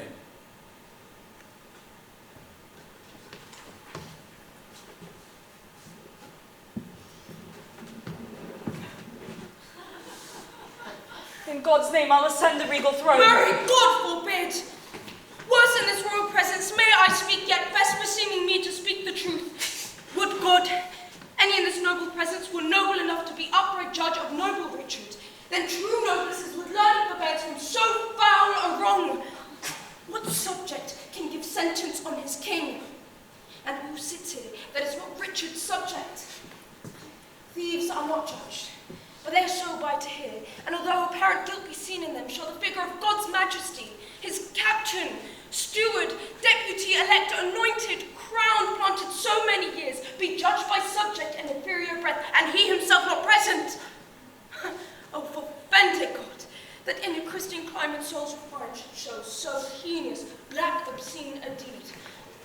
My Lord Hereford, whom you call king, is a foul traitor to our proud Hereford's king, and let me prophesy that if you crown her, the blood of English shall manure the ground, and future ages groan for this foul act.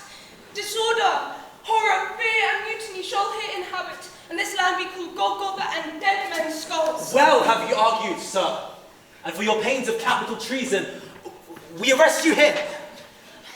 My Lord of Westminster be it in your charge to keep her safe until the day of trial.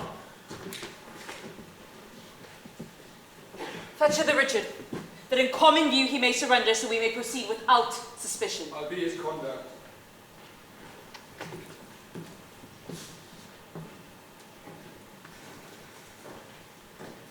Alack! Why am I sent forth to a king, before I have shook off the regal thoughts wherewith I reigned?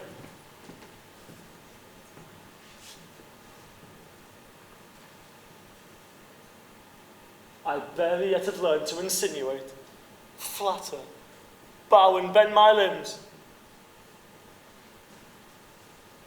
Give sorrow leave a while to tutor me to this submission.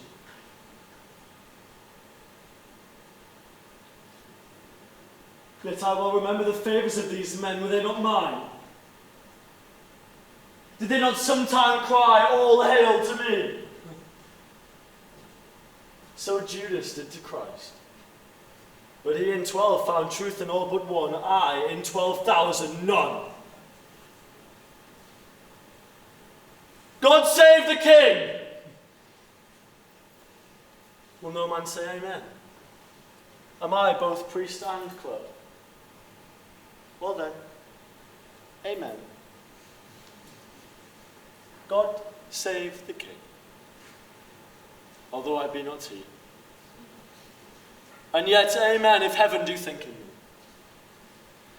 To do what service am I sent for hither? To do that office of thine own goodwill, which tired majesty did make thee offer, the resignation of thy state and crown to Henry Bolingbroke. Give me the crown.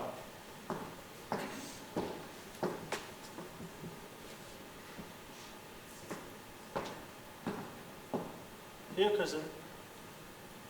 Seize the crown. Here, cousin. On this side my hand, and on that side thine. Now is this golden crown like a deep well, that those two buckets filling one another? The emptier ever dancing in the air, the other down, unseen and full of water. That bucket down, and full of tears am I, drinking my griefs whilst you mount up on high. I thought you had been willing to resign. My crown I am, but still my griefs are mine. You may my glories and my state depose, but not my griefs. Still am I king of those. Part of your cares you give me with your crown. Your cares set up, do not pluck my cares down. My care is loss of care by old care done.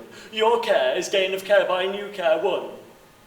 The cares I give, I have though given away, they tend the crown, yet still with me they stay. Are you contented to resign the crown? I? No. No, I. For I must nothing be, therefore no, for I resign to thee. Now, mark me how I will undo myself.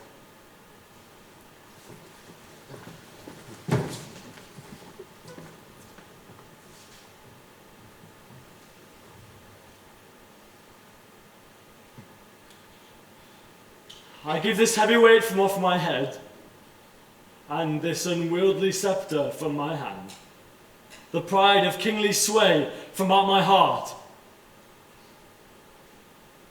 With mine own tears I wash away my balm. With mine own tongue deny my sacred state. With mine own breath release all duteous oaths. All pomp and majesty I do forswear, my manners, rents, revenues I forego, all acts, decrees, and statutes I deny. God, keep all vows unbroke to me. God, keep all oaths unbroke to thee. Make me that nothing have with nothing grieved, and thou with all, pleased that hast all achieved. Long mayst thou live in Richard's seat to sit, and soon lie Richard in an earthy pit.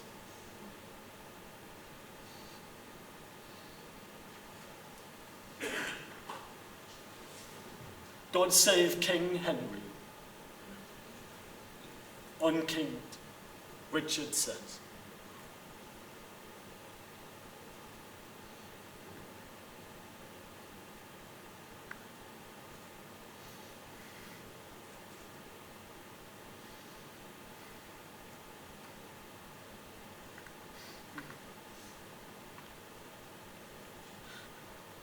And sent her many years of sunshine days.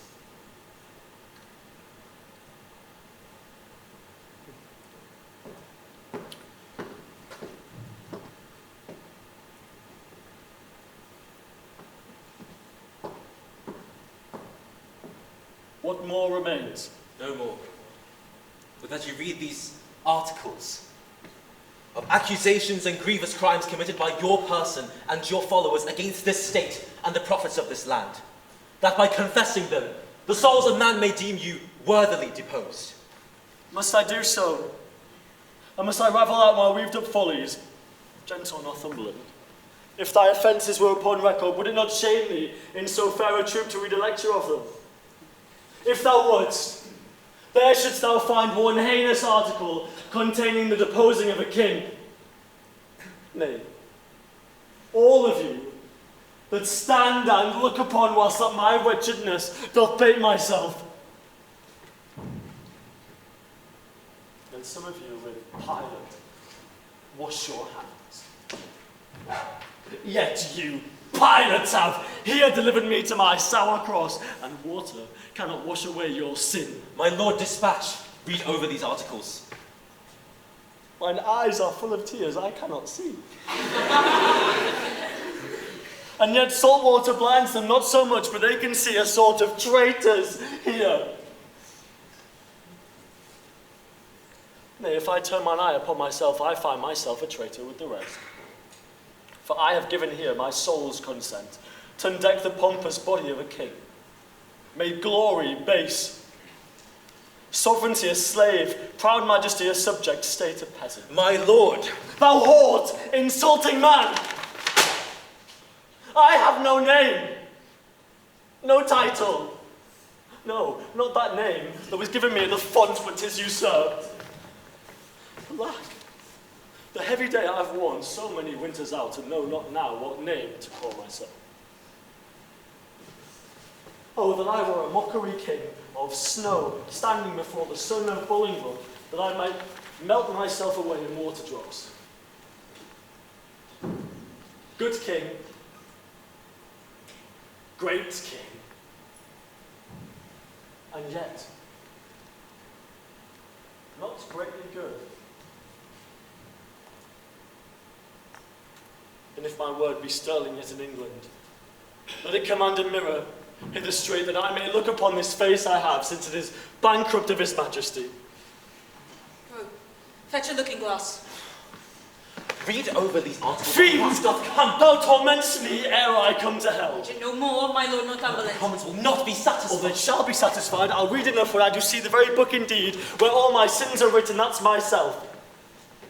Give me that glass, and therein will I read.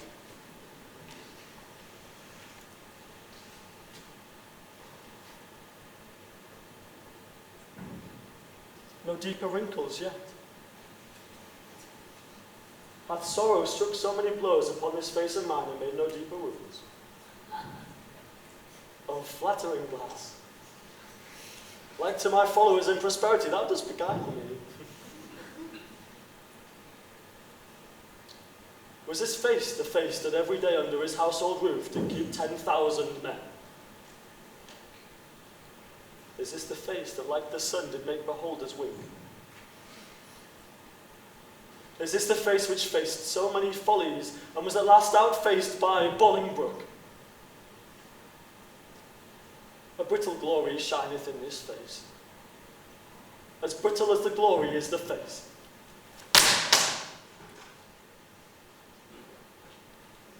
For there it is, cracked in 100 shivers. Mark, silent king, the moral of the sport. How soon my sorrow hath destroyed my face. Shadow of your sorrow hath destroyed the shadow of your face. Say that again. The shadow of my sorrow. Let's see. 'Tis very true. My grief lies all within, and these external manners of lament are merely shadows to the unseen grief that swells with silence in the tortured soul. There lies the substance. And I thank thee, King, for thy great bounty that not only gives me cause to wail, but teaches me the way how to lament the cause. I'll beg one boon and then be gone and trouble you no more. Shall I obtain it? Name it, fair cousin. Fair cousin. I am greater than a king. For when I was a king, I had but subjects to my flatterer. Now, being a subject, I have a king here to my flatterer. Being so great, I have no need to beg. Yet ask. And shall I have? You shall. Then give me leave to go. Whither? Whither you will, so I reform your sights. Go, some of you, convey him to the tower. Oh, good! Convey! Conveyors are you all that rise thus nimbly by a true king's fall.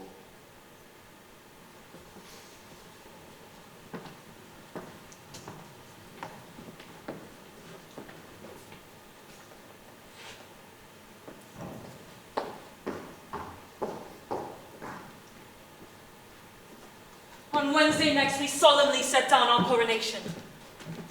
Lords, prepare yourselves.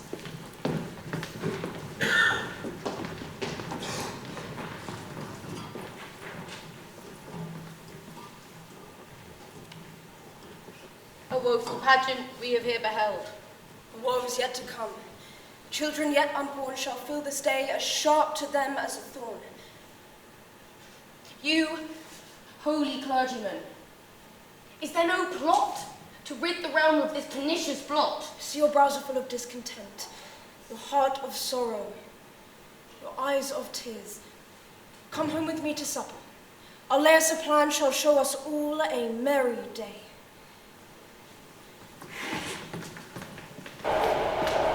This way!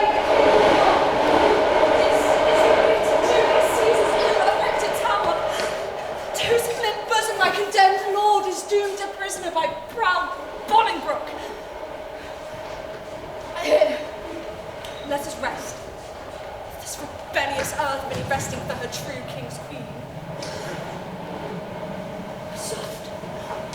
See, or rather do not see my fair rose wither yet look up. You in pity me dissolve to dew and wash flesh again with true love's tears. Thou King Richard's tomb and not King Richard. Done not with grief, fair woman, do not so, to make my end too sudden. Learn, good soul, to think our former state a happy dream, from which awake the truth, shows a bit, so she's but this. I am sworn, brother, sweet, to grim necessity, and he and I will keep a league till death. Our holy lives must win a new world's crown, which our profane hours here have thrown down. What? Had my Richard brute in shape and mind transformed and weakened? Had Bolingbroke deposed thine intellect? Had she been in thy heart? The lion dying thrust forth his paw and wounds the earth with nothing else but rage to be overpowered. And thou, pupil-like, take the correction, mildly kiss the rod and fall on rage with base humility. Which art thou, a lion, the king of beasts? A king of beasts, indeed, if all but beasts, I have been still a happy king of men.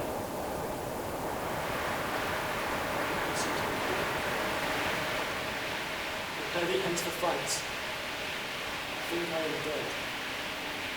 But even here thou takest us from my deathbed thy last review.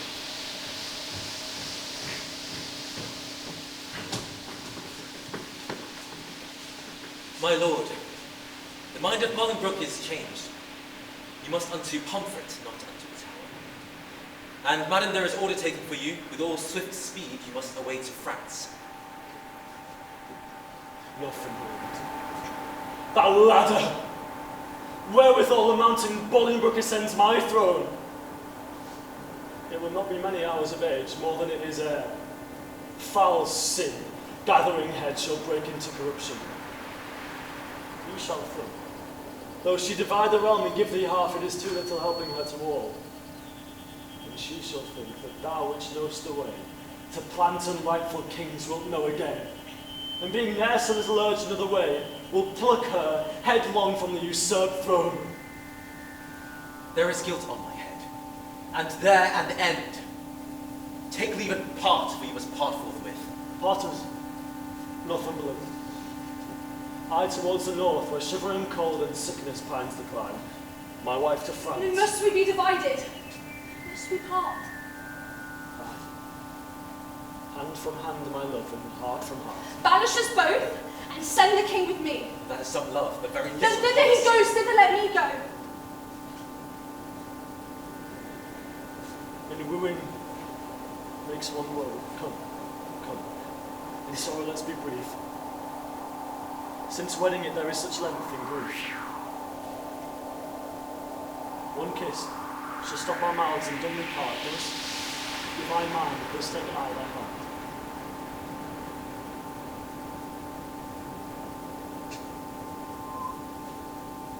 Give me mine own again. To no good part to take on me to keep and kill thy heart.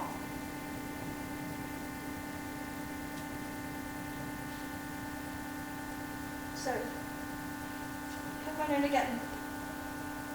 Be gone. So to me strive to kill it with a groan. Woe makes wanton with this fond delay. Once more, adieu. The rest let sorrow receive.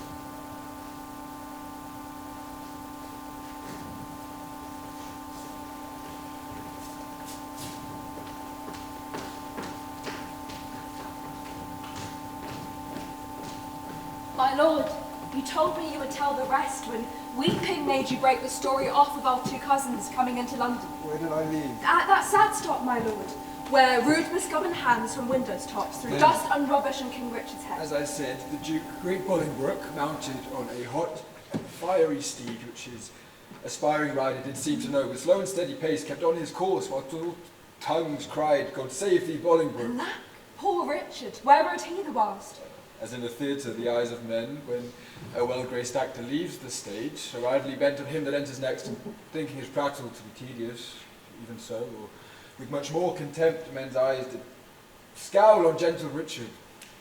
No man cried, God save thee, no joyful tongue gave him his welcome home, but dust was thrown upon his sacred head, which with such gentle sorrow he shook off, that had not God for some strong purpose steeled the hearts of men, they must perforce have melted, and barbarism itself have pitied him. But heaven hath a hand in these events, whereto we bound our calm contents. To Bolingbroke are we sworn subjects now. Here comes my son Aumerle. Oh, Aumerle that was, for that is being lost for being Richard's friend, and madam, you must call him Rutland now. Welcome, my son. Who are the violets now that strew the green lap of the new come spring? Madam, I know not, nor greatly care not. God knows I had as lief be none as one. Well, bear you well in this new spring of time, lest you be cropped before you come to prime. What news from Oxford do these jousts and triumphs hold? For aught I know, my lord, they do. And you will be there, I know. If God prevent not, I purpose so. What's that seal that hangs without thy bosom? Yea, looks thou pale. Let me see. The writing. My lord, 'tis nothing. No matter then, who read it, I'll be satisfied. Let me see the writing. I do beseech your grace to pardon me. It is a matter of small consequence, which for some reason I would not Which have... for some reason, sir, I mean to see. I fear thine What own... should you fear? 'Tis nothing but some bond that he has entered into for gay apparel against the triumph Bound to day. himself. What doth he with the bond that he's bound to, wife? Thou art a fool. Boy, let me see the writing. I do beseech you I may not show it. I will be satisfied. Let me see it, I say. I may not show it. Treason. Foul treason. Villain. Traitor. Slave. What is the matter, my lord? Who is within there? Stand in my hall. Why, what is it? Give me my boots, I say, saddle my horse. Now, by mine honour, by my life, by my troth, I will appease the villain. What is the matter? Peace, foolish woman! I will not peace. What is the matter, Aumerle? My good mother, be content. It is no more than my poor life must answer for. Thy life answer. Bring me my boots, I will unto the king. Strike him, Aumerle. Oh boy, thou art amazed. Hence, villain, never more come in my sight. Give me the boots, I say. My York, what wilt thou do? Wilt thou not hide the trespass of thine own? Have we more sons? Or are we like to have? Is not my teeming date drunk up with time? And wilt thou pluck my fair son from mine age and rob me of a happy mother's name? Is he not fond. likely? Is he not thine own? Wilt thou conceal this dark conspiracy? A dozen of them here have interchangeably set down their hands to kill the king at Oxford. He shall be none. We'll keep him here. Then what is that to him? Fond woman. Were he 20 times my son, I would impeach him. Hadst thou groaned for him as I have done, thou wouldst be more pitiful. But how I know thy mind. Woman. Thou dost suspect that I have been disloyal to thy bed, and that he is a bastard, not thy son, sweet York. Sweet bastard, be not of that mind. Make way, unruly woman. Ah! After, Aumerle, mount thee upon his horse, spur post, and get before him to the king, and beg thy pardon ere he do please thee. I'll not be long behind, though I be old, I doubt not but to ride as fast as York. And never will I rise up from the ground till Bolingbroke have pardoned thee. Away, be gone!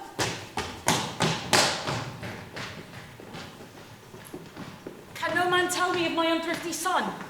'Tis a full 3 months since I did see him last. If any plague hang over us, 'tis he. I would to God, my lord, he might be found. Inquire at London amongst the taverns there, for there they say he daily doth frequent with unrestrained, loose companions. Where is the king? What means our cousin that he stares and looks so wildly? I do beseech your grace to pardon me. I do request some conference with your majesty. Alone. Withdraw yourself and leave us here alone. What is the matter with our cousin now? Forever may my knees grow to the earth, my tongue cleave to the roof within my mouth, unless a pardon, ere I write or speak. Intended or committed was this fault. If on the first how heinous ever it be to win thy afterlove, I pardon thee. Then let me turn the key, that no man may enter till my tale is told.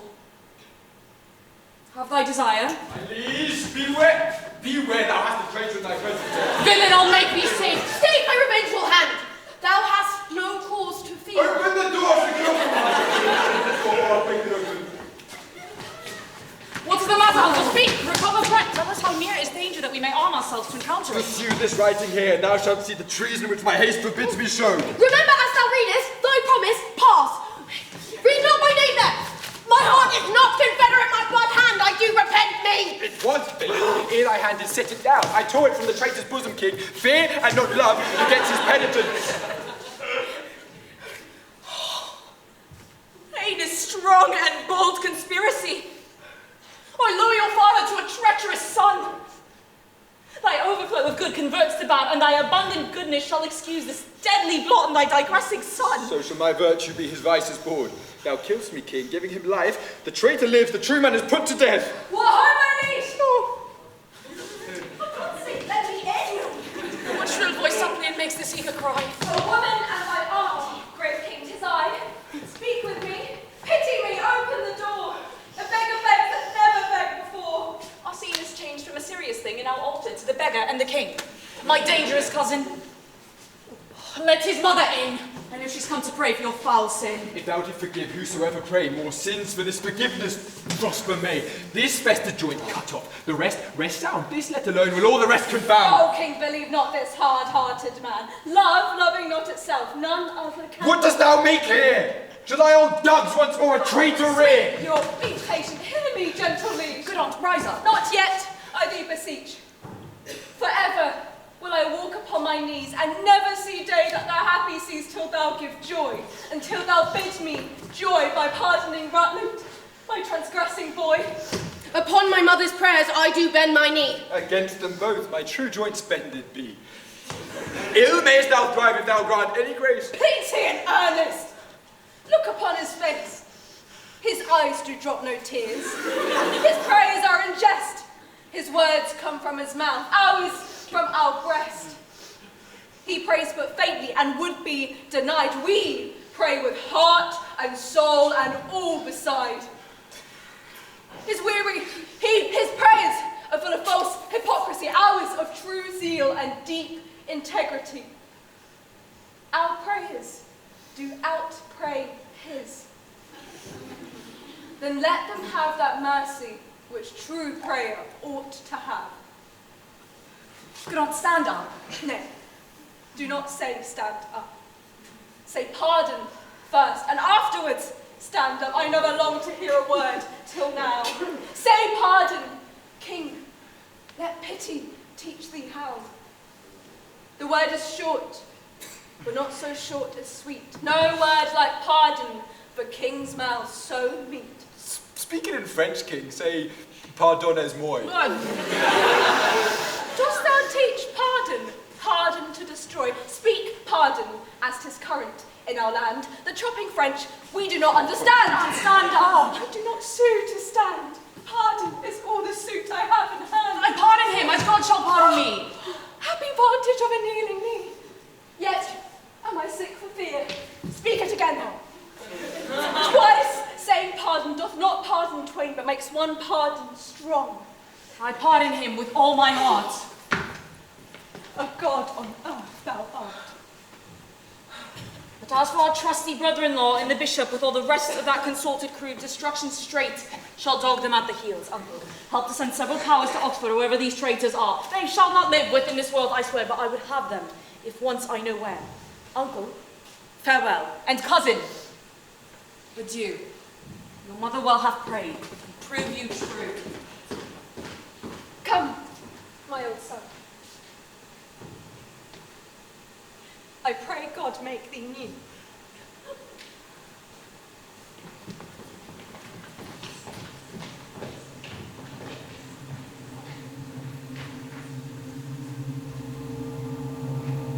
Didst thou not mark the king? What words she spake? Have I no friend will rid me of this living fear? Is it not so? Have I no friend? Quoth she. She spake it twice and urged it twice together, did she not? And speaking it, she wishly looked on me as who should say, I would thou wert the man that would divorce this terror from my heart.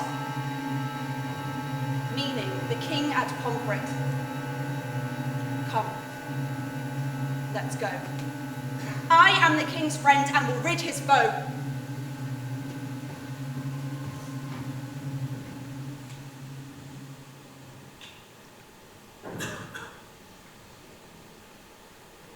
I have been studying how I may compare this prison where I live into the world. And for because the world is populous, and here is not a creature but myself, I cannot do it.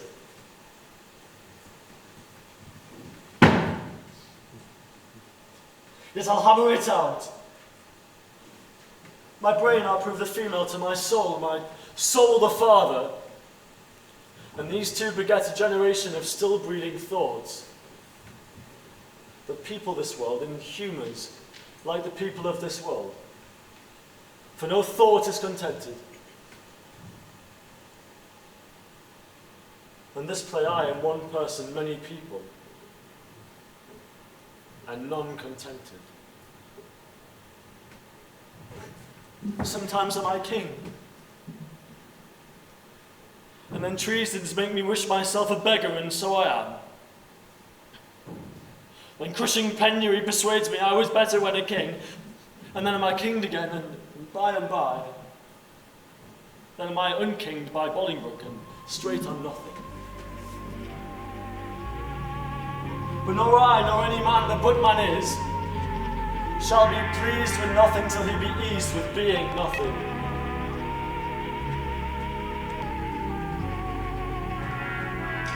Music. Do I hear it?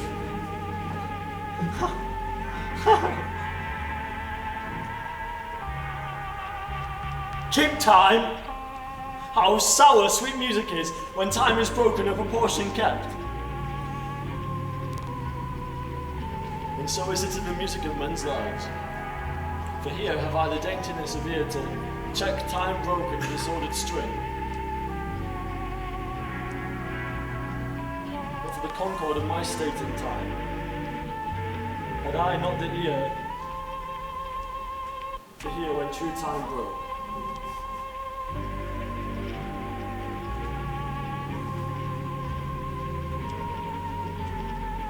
I wasted time, and now doth time waste me.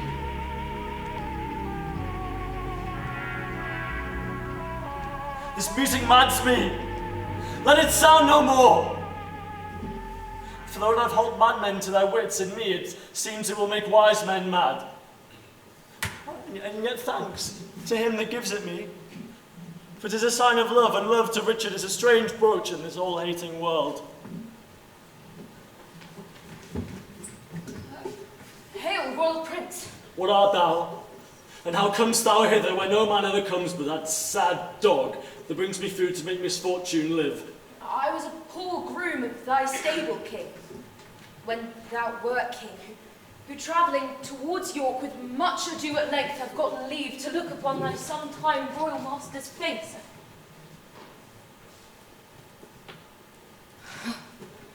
How it earned my heart when I beheld in London streets that coronation day, when Bolingbroke rode on roan Barbary, that horse that thou so often had bestrid, that horse that I so carefully had dressed. Rode she on Barbary? Tell me, gentle friend, how went he under her? So proudly as if he disdained the crown. So proud that Bolingbroke was on his back. That jade hath he bred from my royal hand. Would he not fall down? Since hope must have a fall and break the back of that proud man that did usurp his back. Oh, forgiveness, horse, why do I wail on thee? For thou created by man was born to bear. I was not made a horse, and that I bear a burden like an ass. Spur gold and tired by jaunting Bolingbroke. Fellow, good place. Here is no longer stay. If thou lovest me, 'tis time thou wert away. What my tongue dares not, my heart shall say. My lord, will it please you to fall to? Taste of it first, as thou art wont to do. Oh, my lord, I dare not. Sir John Bagot, who lately came from the king, commands the contrary. Take thee, you devil, and Henry of Lancaster. My patience is stale, and I am weary of it. How now? What means death in this good assault? Villain, thy hand yields thy death's instrument. Go thou and fill another room in hell. That hand shall burn in ever-quenching fire that staggers thus my person.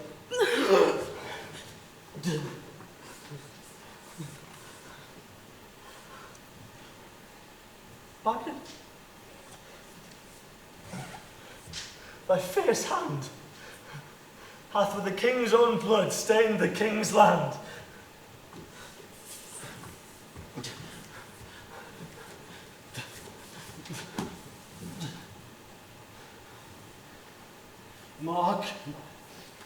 Mark my soul. Thy seat is upon high,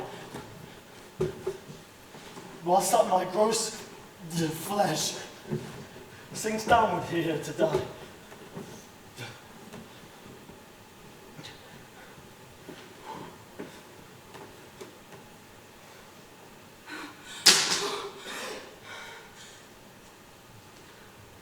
As full of valour as of royal blood, both have I spilled. Oh, would the deed were good! For now the devil that told me I did well says this deed is chronicled in hell.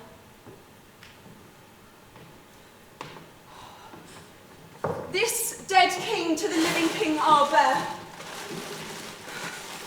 Take hence the rest and give them burial here.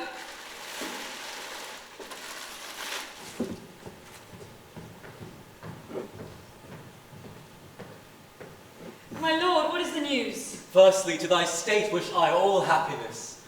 The next news is I have sent forth to London the heads of Oxford, Salisbury, Blunt, and Kent. My lord, I have from Oxford sent to London the heads of Brockus and Sir Bennet Seeley.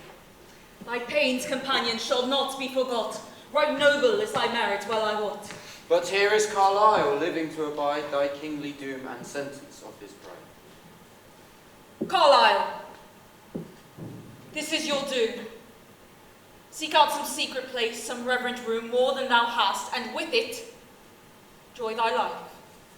For as thou livest in peace, die free from strife. For though mine enemy thou hast ever been, high sparks of honour in thee I've seen. Great king, within this coffin I present thy buried fear.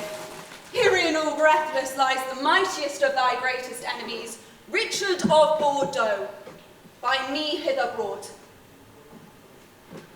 Bagot, I thank thee not, for thou hast wrought a deed of slander with thy fatal hand upon my head and all this famous land. From your own mouth, my lord, did I this They love not poison that do poison need, nor do I thee. Though I did wish him dead, I hate the murderer, love him murdered. The guilt of conscience, take thy for thy labour, but neither my good word nor princely favour.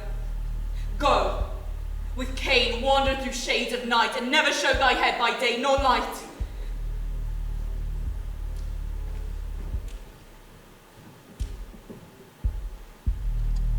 Lords, I protest my heart is full of woe, that blood should sprinkle me to make me grow. Come, mourn with me for what I do lament, and put on sullen black incontinent. I'll make a voyage to the Holy Land, to wash this blood from off my guilty hand.